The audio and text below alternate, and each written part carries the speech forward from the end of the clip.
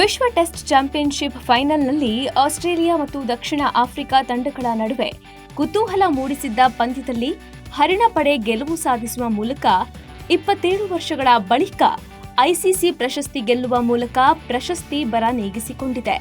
Cricket ತವರು Lord's ಮೈದಾನದಲ್ಲಿ ಇಂದು Australia ತಂಡವನ್ನ ದಕ್ಷಿಣ Africa ಸೋಲಿಸಿ 27 ವರ್ಷಗಳ ಬಳಿಕ ಐಸಿಸಿ ಪ್ರಶಸ್ತಿ ಗೆದ್ದುಕೊಂಡಿದೆ.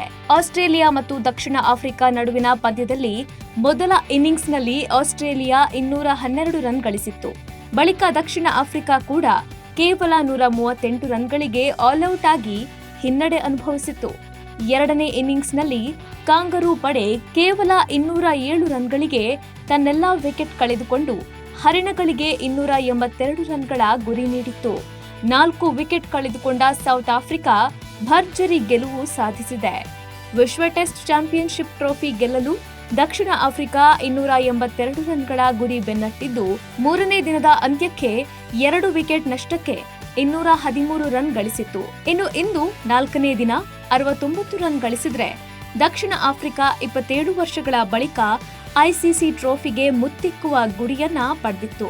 ಮರ್ಕರಂ ಮತ್ತು ನಾಯಕ ಟೆಂಬಾ ಬೌಮಾ ಅವರ ಅದ್ಭುತ ಆಟದ ನೆರವಿನಿಂದ ಸೌತ್ ಆಫ್ರಿಕಾ ಗೆಲುವಿನ ನಗೆ ಬೀರಿದೆ. ಇನ್ನು ಎರಡನೇ ಬಾರಿ ಪ್ರಶಸ್ತಿ ಗೆಲ್ಲುವ ತವಕದಲ್ಲಿದ್ದ ಹಾಲಿ ಚಾಂಪಿಯನ್ಸ್ ಆಸ್ಟ್ರೇಲಿಯಾಗೆ ನಿರಾಸೆಯಾಗಿದೆ.